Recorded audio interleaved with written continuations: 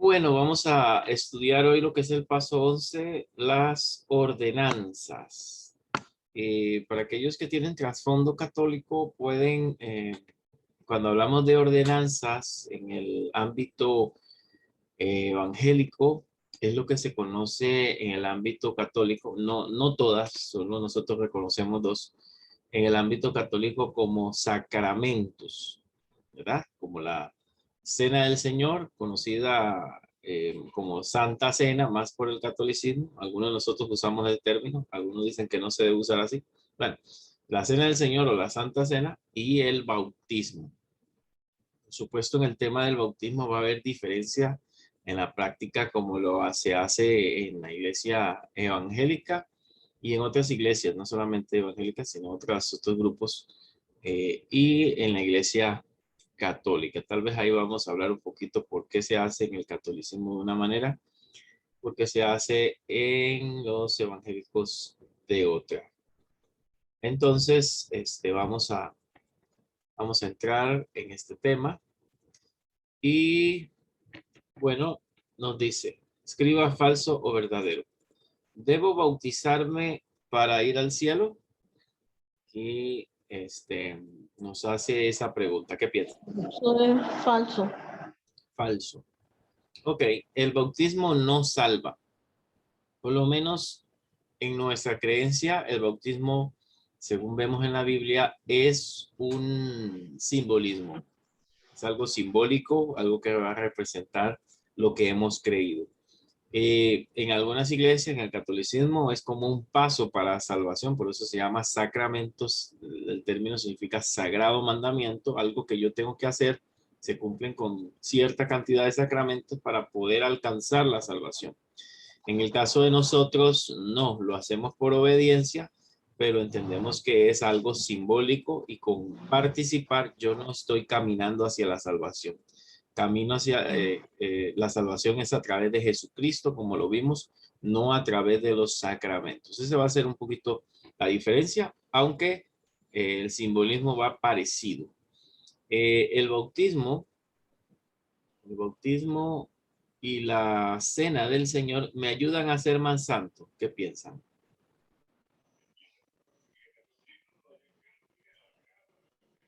¿Sí o no? Yo digo que falso, pastor. Ok, está bien, Andrea, falso. Alguien más está hablando, ¿verdad? Creo, no sé si era Lolita o Sí, es falso. No, falso. yo no. Ah, Dime la perdón. Santa Cena. Falso. Matilde, sí, es falso, falso, falso, falso. La cena y el bautismo no me hacen más santo. Por lo menos en lo que entendemos de la Biblia, no nos hace más santo. Vamos al 3. Los elementos de la cena del Señor simbolizan la sangre y el cuerpo de Cristo. Bueno, en nuestra creencia sí, es Sí, simbólico, sí, simbólico. simboliza. Ahora vamos a ver que en el catolicismo, bueno, a veces los católicos no lo saben, pero en la doctrina católica ya los que son los sacerdotes o las personas que están más estudiadas en esa doctrina, saben que existe algo que se llama transubstanciación, que es la transformación de la sustancia, según la doctrina católica. Es que el vino y el pan se convierten en el cuerpo de Cristo. O sea, cuando están ahí está en la ceremonia, está Cristo ahí, se convierte el pan y el vino en el cuerpo de Cristo. Eso se llama en la doctrina católica transubstanciación. La gente común no lo conoce, pero ellos, los que estudian ahí, manejan eso, esta transformación de la sustancia. Por eso a veces usted ve al sacerdote que se inclina ante el pan o ante el vino, se postra, porque según eso, Cristo está ahí. Eso se convirtió en Cristo, esos elementos. Eso va en una interpretación de una palabra de cuando el Señor dice, esto es mi cuerpo. Entonces interpretan de que literalmente es el cuerpo de Jesús. Ahí vamos a verlo, si realmente es así o no es así. Vamos a ver el bautismo primero. ¿Ok? Entonces, antes de ascender al Padre en el cielo, Jesús mandó a hacer discípulos a todas las naciones, Ese versículo lo vimos según Mateo 28, 19 al 20. Cuando alguien se hace discípulo de Cristo, ¿cuál es el primer paso que debe cumplir? En el mismo pasaje usted lo puede encontrar. Vamos a echarle el ojo a Mateo 28. Mateo 28, versículo 19 al 20. Mateo 28, versículo 19 al 20. Nos va a decir así, ¿verdad? Por tanto, id y hacer discípulos a todas las naciones, bautizándolas en el nombre del Padre, del Hijo y el Espíritu Santo. Ok, hasta ahí estamos claros. Pero dice, enseñándoles que guarden todas las cosas que os he mandado, ¿verdad? Y aquí estoy yo con vosotros hasta el fin del mundo. La segunda parte del versículo 19 está la respuesta. Después de que hacemos discípulos, hay algo que hacer con ellos, que es bautizarles. Por tanto, id y hacer discípulos a todas las naciones, bautizándoles en el nombre del Padre, del Hijo y del Espíritu Santo. Desde allí podemos entender de que el texto no nos está hablando de bautizar niños. Vamos a ir por todo el mundo a predicar el evangelio y a los que creen los vamos a bautizar. Entonces, ¿quiénes son los que van a creer? Por lógica van a ser personas adultas, no van a ser niños. Entonces, ahí nosotros no practicamos el bautismo de niños porque la Biblia y los pasajes que van a ver siempre están hablando de adultos. No están hablando de recién nacidos, ni infantes, ni nada por el estilo. Entonces, el primer paso que debe cumplir alguien que se convierte al Señor es bautizarse. Ahí lo pueden poner en esa parte. Es bautizarse, ¿verdad? Entonces, el bautismo no es opcional. O sea, no es si yo quiero, si me parece. Ahora, por supuesto, a nadie vamos a obligar. Se refiere que si yo quiero hacer la voluntad de Dios, yo lo hago. Y si yo no me bautizo, generalmente es porque tal vez no tengo un entendimiento claro de lo que es el bautismo ahora que conozco a Cristo. Tengo ideas tal vez no claras, pero si ya yo lo tengo claro, generalmente todo cristiano va a desear bautizarse. Esto es aunque se haya bautizado en agua cuando era niño por la Iglesia Católica o otra religión. ¿Por qué? Porque ahora va a entender realmente qué significa el bautismo y se va a dar cuenta que en ese momento realmente no lo hizo ni consciente ni entendía el significado, ¿verdad? Por supuesto, porque era un niño. El bautismo 2 no es requisito para ser salvo. Eso sí quiero aclararlo. No es requisito para ser salvo. En algunas iglesias sí es requisito para ya ser miembro activo, ¿verdad? Activo es que puede ya servir en algo.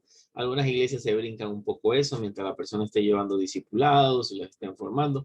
Pero para ser salvo no necesito ser bautizado porque la salvación es a través de Cristo y el bautismo es algo simbólico de lo que Jesús hizo en mi vida.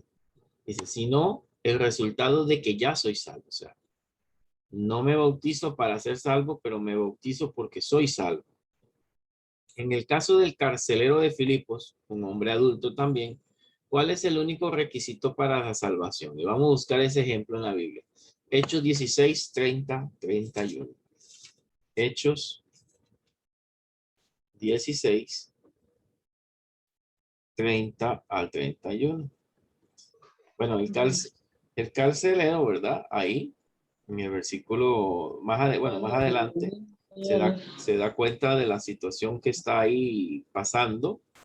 Y entonces, después de que es confrontado, ¿verdad? Que él quería matarse porque pensó que se habían escapado los presos, ¿verdad? Los creyentes ahí. Entonces, él pensó hacerse daño a este carcelero y en ese momento ocurre ahí un gran milagro. Pablo en el verso 28 clama a gran voz diciendo, no te hagas ningún mal, pues todos estamos aquí, ¿verdad? Entonces él pide luz en el verso 29, se precipita adentro y temblando se postra a los pies de Pablo y Silas Y sacándolo le dijo, Señor, ¿qué debo hacer para ser salvo? Él pregunta, ¿qué cosa debo hacer para ser salvo? Y la única, para ser salvo, en el verso 31, solo se le pide algo. Cree en el Señor Jesucristo y serás salvo tú y tu casa.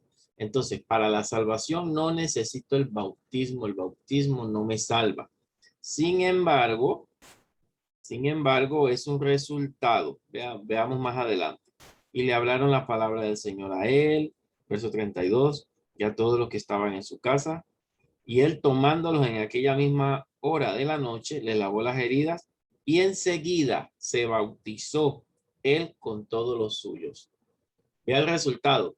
Como él ya creyó en el Señor, ya él deseó bautizarse con toda su familia, con su esposa, con sus hijos, todos los tal vez que vivían con él, ¿verdad? Y él se bautizó. Aquí vemos que era un hombre adulto también, ¿verdad? Cuando toma esa decisión. Y toma esa decisión después que ha aceptado a Jesús. Porque es una decisión que hay que hacer consciente. Nadie lo puede hacer por uno. En algunas ideas es como si estuviéramos santificando al niño cuando lo bautizamos. Lo estamos como limpiando. Pero en la Biblia no se encuentra ningún ejemplo de eso. De bautismo de niños no hay ninguno. Todos son adultos que han entregado su vida a Jesús y entonces quieren bautizarse para poder seguir caminando en el Señor y dar un testimonio de que ahora son hijos de Dios. Vamos a ver todo esto, no lo voy a estar repitiendo, pero siempre ten en cuenta que los ejemplos van a ser adultos, de los que vamos a ver, ¿verdad? Entonces, ¿cuál es el único requisito para la salvación? Según Hechos 16, 30, 31, creer en Jesús, es el único. Ahora, ¿cómo dieron testimonio de su nueva fe el carcelero y los miembros de su familia? Según Hechos 16, 33. ¿Qué hicieron después de que creyeron? Se bautizaron. Ese es el resultado de alguien que ha creído en Jesús. Por supuesto, aquellos que hemos o han venido de trasfondo católico y su familia es católica, esto es muy complicado porque a veces la familia dice, ¿cómo? Si ya tú te bautizaste siendo niño y cuando yo era joven y acepté al Señor y deseaba bautizarme, eso también fue complicaciones, la presión de la familia que no era evangélica y que no podían entender por qué yo iba a tomar esa decisión. Sin embargo, lo importante es que yo lo comprenda, ¿verdad? Y ser valiente y hacerlo. Nos bautizamos porque ahora entendemos qué significa la salvación, porque ahora yo acepté a Jesús como mi Salvador y cuando yo era pequeño no lo entendía, no lo comprendía y no lo estaba haciendo por eso, lo estaba haciendo por un mero rito nada más que se hace ahí porque todos tienen que hacerlo. El versículo 33 indica que toda la familia creyó, no solo el carcelero, ¿verdad? Esto es importante. Primero, para ser salvos, creyeron y después se bautizaron para dar testimonio de su fe. Ese es el orden. Ese es el orden. Con el bautismo, damos testimonio público de que ya somos salvos. Entonces, yo doy un testimonio público de que ya yo soy salvo. Más adelante vamos a ver, o voy a explicarlo aquí rápidamente. Yo creo que un versículo por ahí lo menciona. Cuando a la persona la sumergimos en el agua, estamos representando la muerte de Jesús y la muerte al pecado. Cuando la persona se saca del agua, se está representando la nueva vida, muerte al pecado y resurrección a nueva vida. Cristo murió por mí y resucitó. Eso solamente se puede hacer sumergiendo en el agua. Ese simbolismo no se puede hacer rociando agua sobre la cabeza. Ahora se entiende que hay personas que no se le pueden sumergir por su salud, eso ya sería una excepción. Pero lo que vamos a ver, la forma como lo hacían en las escrituras, era descendiendo a un río, descendiendo a un lugar lleno de agua y sumergiéndose. El mismo Jesús, hasta en las películas lo podemos ver que era en el río Jordán, ¿verdad? Y se sumerge en el agua y también Juan el Bautista con él. No hay ninguna colocación de agua sobre la cabeza en ese sentido, sino que tiene que haber sumersión o inmersión sería la palabra correcta. Entonces, punto 3. Según Hechos 2:41, después de haber recibido la palabra, el evangelio, fueron, Hechos 2:41, ¿Qué pasó con la gente que creyó en Jesús? La primera iglesia que hubo allá en Jerusalén, Hechos 2:41. ¿Quién lo puede leer? Fueron bautizados, dice. Ok. Fueron bautizados y se añadieron unas 3,000 personas a la iglesia en un solo día. Entonces, inmediatamente lo que se hizo ahí cuando ellos creyeron fue bautizar a esa gran cantidad de personas. El bautismo fue su manera de identificarse con la iglesia de Jerusalén, participando en sus actividades tales como la predicación, la cena y la oración. También nosotros al bautizarnos nos identificamos públicamente con la iglesia local. O sea, el bautismo me hace parte de una congregación. Ya yo soy parte de esta congregación. Tal vez yo soy parte mucho antes de que llego, visito, o tengo 2 años de estar ahí, me gusta, etcétera. Los niños que crecen en la iglesia y todo, pero ya yo soy parte, o lo que se le llama miembro de la iglesia, cuando me bautizo. Ya directamente, ya estoy siendo unido a la iglesia terrenal, ¿verdad? A la iglesia celestial yo soy parte del momento que creo, pero a la iglesia terrenal cuando me uno, cuando me bautizo. Algunos tienen conceptos equivocados del bautismo. Por lo tanto, es importante saber que el bautismo no nos salva. Hasta evangélicos, algunos creen que eso los va a salvar. No.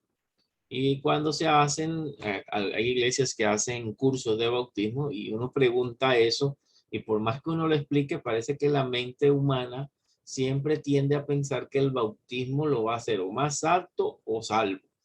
Y a eso quiero que les quede claro, el bautismo ni les salva ni los hace más santos. Ahora, puede ayudarle a usted a consagrarse, sí, porque tal vez desde ahí usted toma una decisión. Desde aquí mi vida va a ser mejor, tal vez. Está bien, pero el bautismo en sí no tiene un poder mágico para salvarlo, ni para santificarlo. Tampoco es un paso hacia la salvación, sino que es un testimonio público de que somos salvos. Cuando alguien se bautizaba en aquel momento estaba diciendo que estaba dejando su vida pasada atrás. Era algo público, era algo evidente. Entonces, el bautismo no nos hace más santos, aunque sí nos motiva a vivir en santidad, lo que le decía. No me hace santo, pero sí me puede ayudar y motivar a ser mejor. Vamos un poquito para arriba. Entonces nos dice aquí, lea Romanos 6, 1 al 4. A primera vista este pasaje parece hablar del bautismo en agua, sin embargo aquí realmente se usa la palabra bautismo para hablar de nuestra identificación con Cristo. O sea, a veces el bautismo va a referirse al bautismo en agua o a veces que yo estoy unido a Cristo. Al aceptar a Cristo nos identificamos con Él en su muerte, su sepultura y su resurrección. Así que en Cristo somos personas nuevas. El agua simboliza la transformación que ocurrió en el momento de nuestra salvación. Y aquí viene lo que yo les expliqué. Pensé que iban a usar un pasaje para esto, pero aquí está. Al bajar al agua, simboliza nuestra identificación con Cristo en su muerte y sepultura. Significa que yo estoy muerto. Ese es parecido al pasaje que dice, con Cristo estoy juntamente crucificado. Cuando usted lo sumergen, usted murió simbólicamente al pecado. El subir del agua simboliza nuestra resurrección a nueva vida. Y cuando me levantan, significa que ahora yo soy una nueva persona y que he resucitado con Cristo. Echémosle un ojo a Romanos 6, porque aunque él dice que no se refiere al bautismo propiamente, sino a mi unidad con Cristo, sin embargo, habla de ese simbolismo que hay en el bautismo. Romanos 6. Es un pasaje. Romanos 6, 1 al 4. Veamos el 4 principalmente. Va a decir así, porque somos sepultados juntamente con Él por el bautismo, a fin de que como Cristo resucitó de los muertos por la gloria del Padre, así también nosotros andemos en vida nueva. Vea que aquí hace el simbolismo de muerte y de resurrección. Vida nueva. Soy sepultado por el bautismo, juntamente con Cristo por el bautismo. Pero también resucito como Él resucitó de los muertos por el bautismo, ¿verdad? Entonces ahí está el asunto. Cuando me sumerge, estoy representando que estoy muerto al pecado. Y cuando me sacan, estoy representando de que ahora tengo una nueva vida. No se les olvide eso de sumergir y de ser levantado. Y representa la muerte de Jesucristo, mi muerte al pecado y la resurrección de Cristo cuando me sacan del agua y la resurrección de mi vida, una vida nueva, por así decirlo. Esa es una ceremonia, es algo simbólico. Y esto es simbólico. Entonces aquí le preguntan a usted que si usted ya aceptó a Cristo, lo ha obedecido bautizándose. Entonces ahí les queda la pregunta, por si acaso alguien no lo ha hecho. Cualquier duda puede hablar conmigo por aparte y con gusto, o aquí puede preguntarme el problema. Le asesoro. Si usted aceptó a Cristo, el paso que sigue es bautizarse. Entonces aquí usted marca sí o no. Si no se ha bautizado, ya aquí lo mandaron a hablar con el pastor, hable con el pastor de su iglesia para poner una fecha de su bautismo. O si usted no entiende o tiene algún pero para hacerlo, también es bueno para que se le pueda asesorar y se le pueda ayudar en ese tema. Ahora pasamos a la segunda. No sé si hay alguna pregunta hasta aquí, pueden hacerla antes de pasar a la segunda ordenanza. Yo le digo ceremonia, pero es ordenanza. ¿Estamos claros aquí? ¿Alguna duda con el bautismo?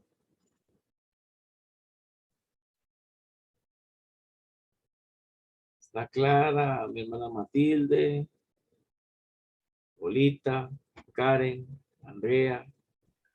¿No hay dudas? Sí, pastor. Ok. Sí, estamos claras. Bueno, yo estoy clarita. Listo.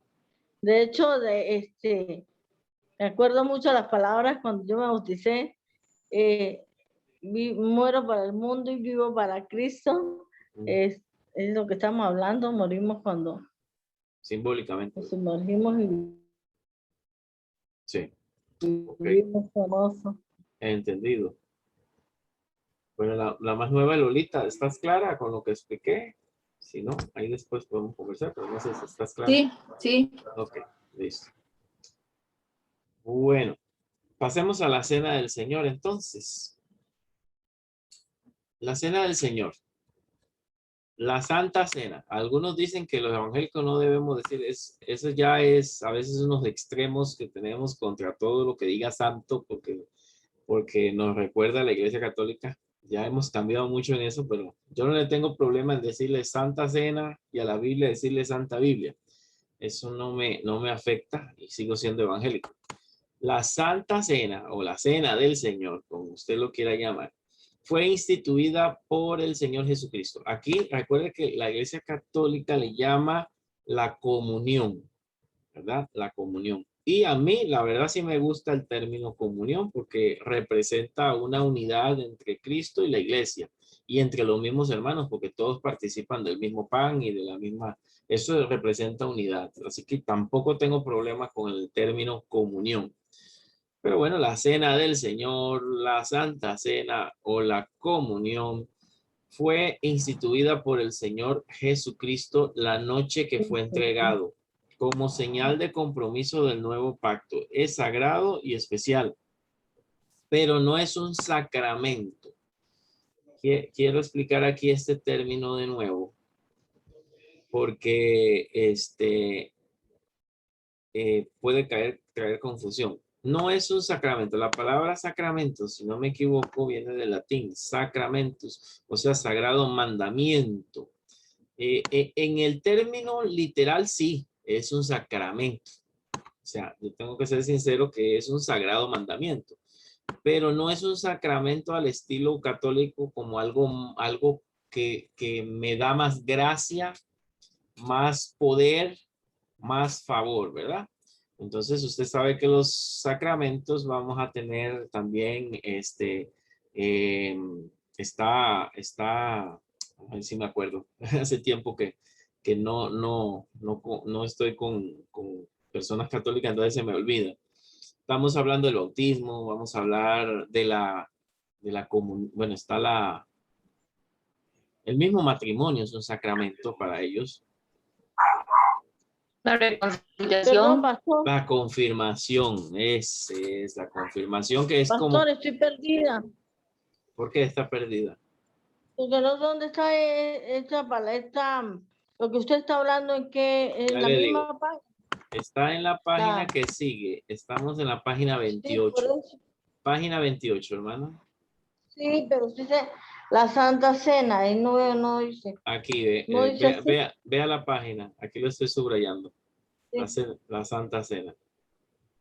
Página Ah, 20, es la página 28, Dios. dice la Santa Cena, la Cena del Señor, aquí en negrito. ¿Ya lo encontró? Es el 11, ¿verdad? Y la La página 28. 28, sí. Tal vez no la imprimió, no sé. La Cena del Señor, ahí está. Seguro no me la imprimieron, pero no está Ah, ok. en Santa Cena. Sí es la 28, la que... No es... No. El numerito que está abajo debe decirle 28, la Cena del Señor. Sí, pero aquí está... Ah, ¿Ya lo encontró?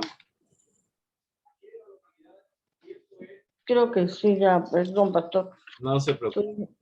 No se... Ya, Listo, está ya bien. la encontré. Estaba Perfecto. confundida. Sí, es que a veces los imprimen al revés y quedan en otro lado. Sí, Bueno, seguimos.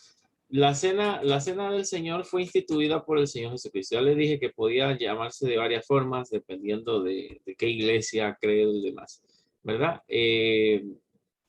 Fue la noche que el Señor fue entregado y fue una señal de compromiso del nuevo pacto. O sea, esto representa que Dios hace un pacto con nosotros.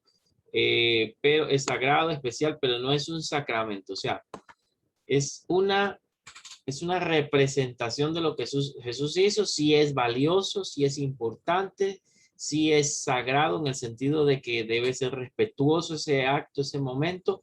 Sin embargo, no vemos en la Biblia que algo suceda cuando yo participe, que me haga más santo, que eso me limpie de mis pecados por comérmelo, porque qué fácil sería entonces eso, ¿verdad? Peco durante la semana y me como esto y ya él me limpió, porque él está limpiándome de mis pecados. Hay una idea en la doctrina también católica, y perdone que lo mencione, pero sí quiero hacer esta referencia. En los discipulados es el momento que yo aprovecho eso, en las prédicas no lo hago por respeto a los visitas y demás. Pero la palabra misa, cuando dice vamos a la misa, viene de esta idea, mesa. Mesa, se sirve la mesa, y la mesa es el sacrificio de Jesús en el lado católico. El pan va a representar el cuerpo, claro que sí, y el jugo de uva la sangre. Pero la idea es que en cada misa se sacrifica a Jesús, ¿verdad? Se sacrifica a Jesús, y ahí es que se me perdonan los pecados. Esta idea es incorrecta porque Jesús ya se sacrificó, según Hebreos, una vez y para siempre. Entonces, lo que yo hago es pedirle perdón, eso sí, pedirle que Él me limpie si yo cometo pecado, pero ya Él murió en la cruz del Calvario y no lo hace en todos los momentos de la cena del Señor. Ahí no estamos sacrificando a Jesucristo. Pero en la idea teológica del catolicismo es un sacrificio que se hace para perdonar los pecados de los que asistieron a esa misa o a esa mesa del sacrificio, ¿verdad? Entonces, en ese sentido, por eso dice que no es un sacramento, o sea, Él no va a limpiarnos ahí del pecado, porque el que limpia es Jesús, no los elementos de la cena del Señor, ni el pan, ni el jugo de uvas o el vino, en el caso del catolicismo, no me van a limpiar de los pecados, es Jesucristo. Esto es solamente simbólico. Bueno, algunos que tengan más cercanía al catolicismo dirá, pero eso no lo enseña. Claro, ellos no se enseña abiertamente, pero todo padre lo sabe, todo capellán lo sabe, todo monaguillo, todas aquellas personas que han estudiado esto saben que esa se llama la doctrina de la transubstanciación. la transformación de la sustancia, la cual puede limpiar de nuestros pecados, pero eso no es cierto. Por favor, lea 1 Corintios 11, 23 al 26. 1 Corintios 11, 26. A ese sí necesito que alguien me lo lea, por favor. 11, 23. Yo lo tengo, pastor. Ajá, léame primero el 23 y el 24. Vamos a ir suave con eso. Ajá.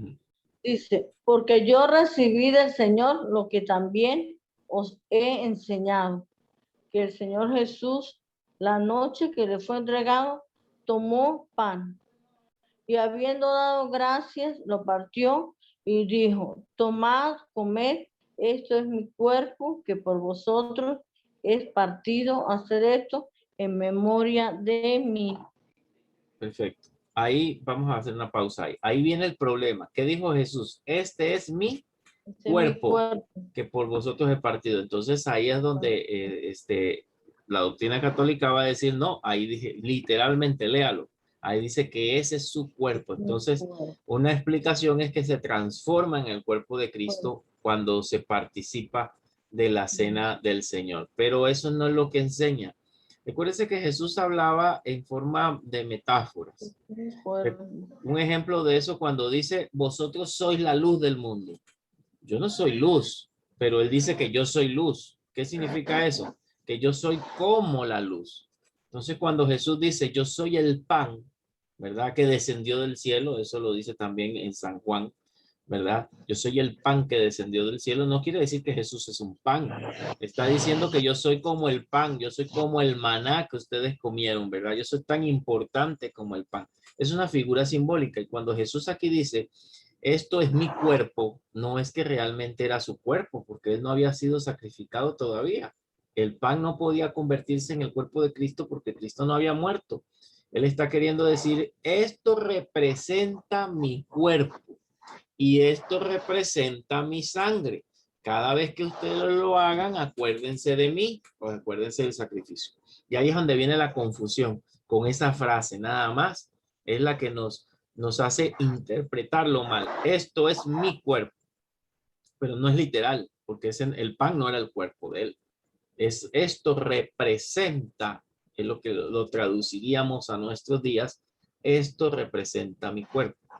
Así como cuando el Señor dice, ustedes son mis ovejas. Yo no soy una oveja, soy un ser humano. Es una manera simbólica de hablar, una manera metafórica de hablar. O sea, tenemos algo parecido a las ovejas. Igual aquí el Señor está hablando en forma simbólica. Esto representa mi cuerpo. Entonces, según el versículo 26, bueno, nos quedó creo que el 25 y 24, doña Matilde. Entonces, sí, 25. Ajá. Léalo si gusta. Asimismo, tomó también la copa, después de haber cenado, diciendo, esta copa es el nuevo pacto en mi sangre. Haced esto todas las veces que la bebiereis en memoria de mí. Dice, esta copa es el pacto en mi sangre. Ok. ¿Ya llegó al 26? ¿Leyó el 26? Sí, 26. Okay. Así pues, todas las veces que comiereis este pan y bebiereis esta copa, la muerte del Señor anunciaréis hasta que Él venga. Entonces, ¿qué anunciamos? ¿Qué anunciamos? La muerte del Señor Jesús. La muerte del Señor también. ¿Y hasta cuándo lo anunciamos? Hasta que Él venga. Ajá, o sea, eso hay que hacerlo siempre. Hasta que Él venga. No dice sí, todos que... los días hasta que Él venga. Bueno, ¿Hasta cuándo? la cena del Señor no se puede celebrar todo el día, todos los días, ¿verdad? Pero Él está refiriéndose a la cena del Señor que se debe hacer hasta que Él venga. O sea, hay iglesias que lo hacen mensuales. La mayoría de las iglesias evangélicas lo hacemos mensuales. Hay otras que lo hacen anuales. Hay otras que lo hacen cada 3 meses. La mayoría lo hacemos semanalmente. Igual que la iglesia católica, hasta más bien la iglesia católica lo hace más. Donde más cada misa, ella utiliza la cena del Señor. Está bien, eso no tiene problema porque él no dijo cada cuánto, solo dijo que hasta que él viniera, ¿verdad? Que teníamos que realizarlo. Bueno, ¿Qué significa esto? En memoria de mí. ¿Algún otro otra que participe? ¿Qué piensa que significa hacer esto en memoria de mí? Yo, pastor, Sí, Andrea. es recordar lo que él hizo por nosotros. Exacto. Un memorial es un recordatorio. O sea, por eso que cuando se hace la cena tratamos como de imaginarnos el evento, recuerde lo que Jesús hizo. La idea es como que nunca se nos olvide. Esa es la idea de Jesús. Hagan esto en memoria de mí. O sea, ténganlo bien presente, ¿verdad? Cada vez que lo hagan, recuérdenme. Eso es lo que se refiere ahí. Bueno, este pasaje nos enseña el significado de la cena del Señor, ¿verdad? Dice aquí. Aquí espacio. Es un recordatorio de la obra de Cristo, de su sacrificio en la cruz por nosotros y de su segunda venida. Vea todo lo que recuerda la cena del Señor. Es más, es como un drama, si me lo permiten. Es un drama, es algo visual que la gente puede ver y entender qué hizo Jesús por nosotros. Más bien a veces no lo usamos como muy bien. Debería ser hasta visual para la gente que no conoce a Cristo, entender lo que es la salvación. Es un ejemplo visual por medio del pan, por medio del jugo, cómo él fue quebrantado cuando partimos el pan, cómo su sangre fue derramada. Todo ese aspecto es como cuando enseñamos a los niños a través de dinámicas, a través de imágenes. Eso era lo que quería el Señor, que nos quedara la imagen de lo que era su sacrificio. Entonces, según los versículos 24 y 25, ¿qué simboliza el pan y la copa? ¿El pan qué simboliza?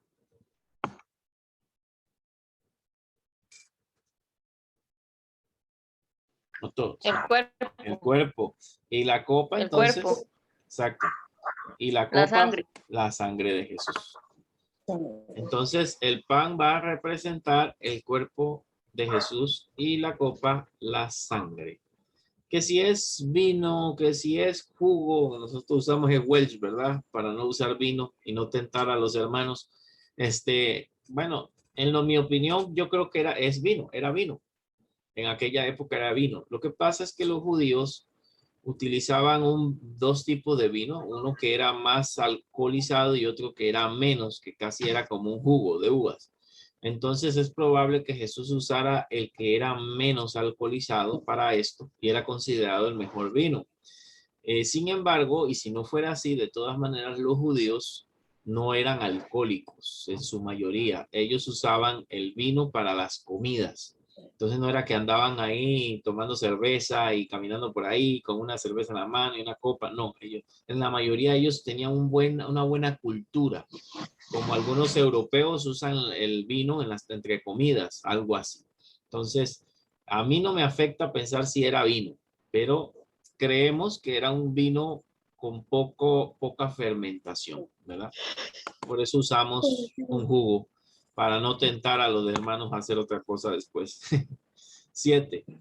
Ahora lea 1 Corintios 11, 27 al 31. No sé si me ayudan, algunas de las que no han participado, a leerme por lo menos 27 y 28 de este pasaje.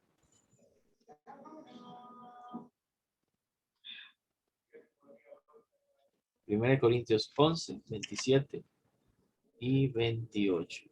Tal vez le damos campo ahí no sé si Lolita lo tiene, me puede ayudar. Si no, le damos chance a alguien.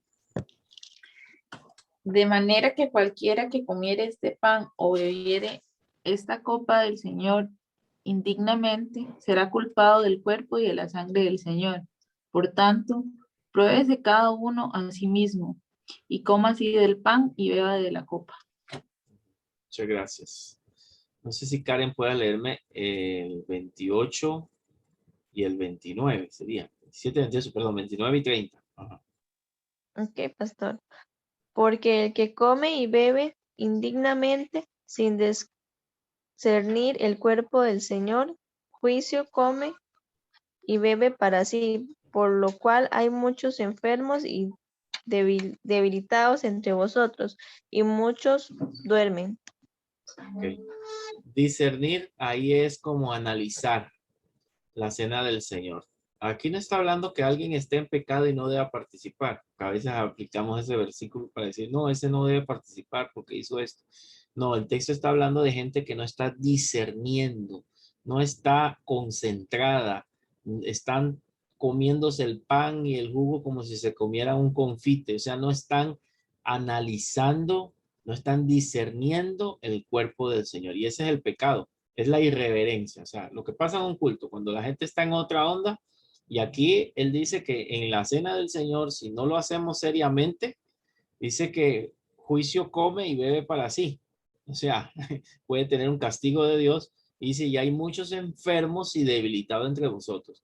La irreverencia puede hacer que Dios castigue a la persona, hasta habla de enfermedad. Y duermen. Y ese dormir no es que le da sueño, es que se murieron. Es la metáfora de la muerte. Entonces, Dios condena la irreverencia. O sea, es un momento tan especial que debo concentrarme, analizarme, orar con Dios, hablar con Él, porque Dios lo toma muy en serio. Eso es lo que quiere decir estos versículos. Y yo no sé si Andrea todavía lo tiene ahí y me puede leer el 31. Creo que falta un versículo más.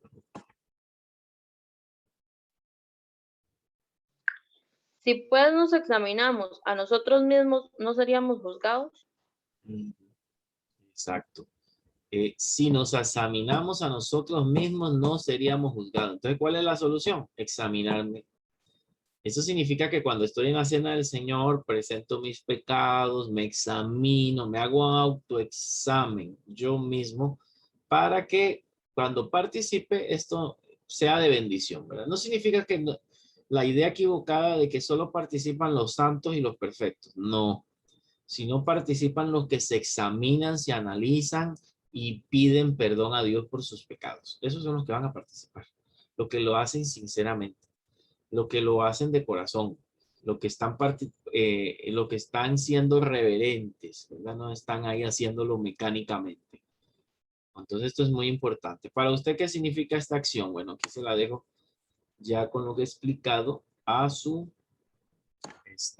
opinión propia.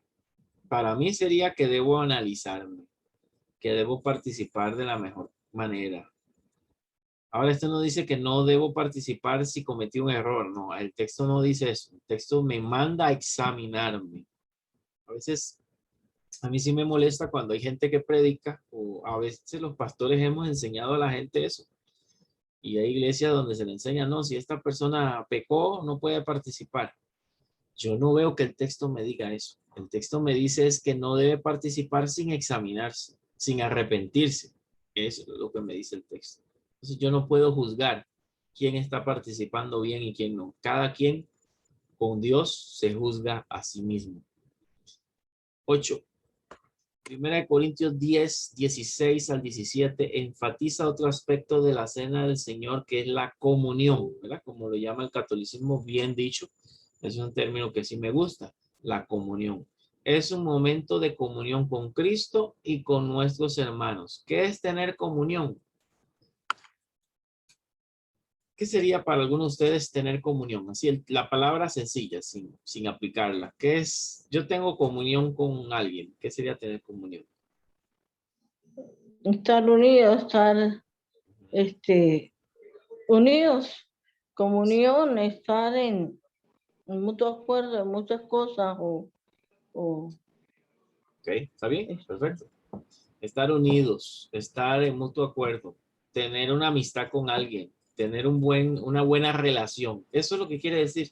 Y cuando yo esté participando de la cena, estoy dando a entender que yo tengo una relación con Dios y una relación con los demás hermanos de la iglesia. Eso es lo que estoy dando a entender y se supone que está pasando.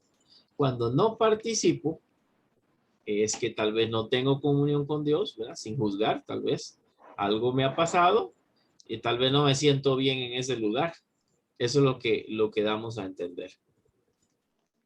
Bueno, algunos conceptos equivocados sobre la cena del Señor. Por lo tanto, es importante saber que, volvemos con la misma idea, la cena del Señor no es un sacramento o algo mágico. O sea, no me va a santificar, no me va a hacer mejor.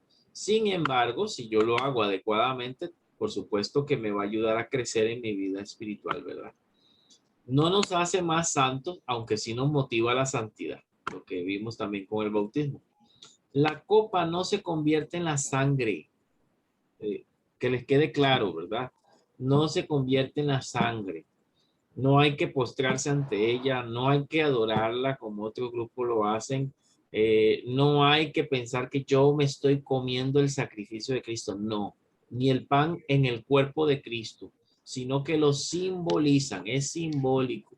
La cena del Señor es un recordatorio del sacrificio de Cristo hasta que Él venga. Vean si a alguno le queda duda con esto, por su formación o porque antes pertenecieron al catolicismo, vean que yo les estoy dando la base bíblica en todo eso. Ustedes pueden revisar los versículos y estudiarlos por sí mismos. Y hay más, esto es muy sencillo. De bautismo no vimos otros casos de bautismos. El mismo bautismo de Jesús, puede revisarlo, que Jesús se bautizó siendo adulto, ¿verdad? Que descendió del agua. El bautismo que hace Felipe en Hechos con el eunuco, donde dice ambos descendieron al agua, y vemos estos elementos que, para que usted sepa que no les estoy enseñando, ¿ves?, la doctrina de la iglesia. No, no, no. Es la Biblia, lo que dice la Biblia, ¿verdad? No es lo que digo yo, es lo que enseña la palabra. Es un acto de obediencia y un momento de comunión con Cristo y con nuestros hermanos en la fe. Entonces, este versículo, por favor, apréndanselo, porque ustedes matan dos pájaros de un solo tiro. Este versículo sirve para el paso anterior, porque habla de dar testimonio, y sirve también para este que habla del bautismo. Por tanto, id y haced discípulos a todas las naciones, bautizándolos en el nombre del Padre, del Hijo y del Espíritu Santo. Mateo 28, 19. Este es corto. Así que, por tanto, id y hacer discípulos a todas las naciones, bautizándolas en el nombre del Padre y del Hijo y del Espíritu Santo. Tarea para la próxima semana, que no se les olvide. Vamos a ver si hay algo más para aquí, para reflexionar. Lea Hebreos 10, 10 al 12. Ese pasaje es muy importante, porque yo lo mencioné ahorita, al principio, de que Jesús se ofreció una sola vez por los sacrificios. ¿Por qué lo digo? Porque en la doctrina católica es que en cada vez que hay la cena del Señor, o la Santa Cena, o la comunión, estamos sacrificando a Cristo por los pecados de los que llegaron ese día a la misa. Esto es incorrecto. Vamos a ver Hebreos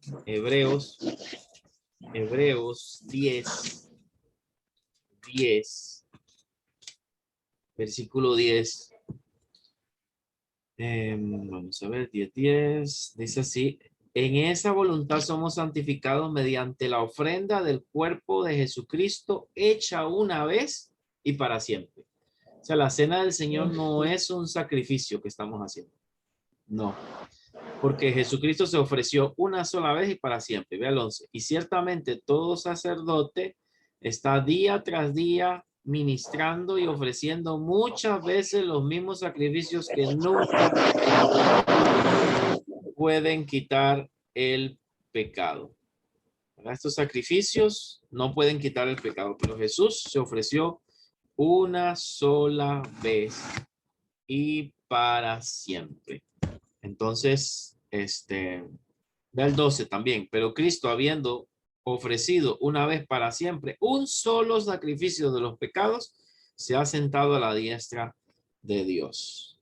Y ahí lo va repitiendo en el verso 14, porque con una sola ofrenda hizo perfecto para siempre a los santificados. Entonces, no puede haber nada que se necesite repetir para que me perdone los pecados. No, solamente la confesión, porque ya Él se sacrificó en la cruz del Calvario. Y la cena del Señor no es un sacrificio, solo es un recordatorio. Bueno, que les quede bien clarito ese aspecto. Reflexione detenidamente. Bueno, aquí se ponen una vez y para siempre, ¿verdad? En esta parte. ¿Cuántas veces ofreció Cristo su cuerpo en sacrificio por los pecados? Una sola vez y para siempre. Reflexione detenidamente en las implicaciones de este pasaje para los que dicen que el pan y la copa se convierten literalmente en el cuerpo y la sangre de Cristo. ¿Se está repitiendo su sacrificio semana tras semana? No. No voy al culto o a la misa para que el Señor perdone mis pecados de esa semana. No, porque Él ya murió en la cruz del Calvario. ¿Qué hago si peco? Ya lo vimos en semanas anteriores. Debo confesarlo a Dios. Confieso a Dios mi pecado, le pido que me limpie y me aparto de Él y sigo hacia adelante. Pero no necesito de la comunión, de la cena del Señor para que Él me perdone los pecados, porque Él ya murió por mí. Así que, perdón que lo repita tanto, pero sí es importante que esto nunca lo olviden. Así que de esta manera cerraríamos. No sé si hay alguna pregunta en este aspecto. Recuerden que si algo no entendieron o les da pena hacerlo aquí en público, también me pueden escribir y con mucho gusto les puedo aclarar o explicar o dar algún otro pasaje más que le pueda ser más claro, ¿verdad? Si desean ampliar. Y si no, también pueden revisar de nuevo los versículos, leerlos una vez más y estudiarlos por ustedes mismos ya con más calma para certificar que todo lo que le estamos diciendo es correcto y es bíblico. Algo que tiene este discipulado es que te lleva a través de la Biblia, no te lleva a través de la opinión del pastor o sacerdote, no. No es lo que dice en fulano de tal, es lo que dice el texto. Y hacemos caso a lo que diga el texto bíblico. Bueno, entonces, no sé si tengan alguna petición que quisiera aprovechar para cerrar en oración, en la oración final. No sé si oramos por los mismos elementos o hay algo especial. ¿Cómo está todo?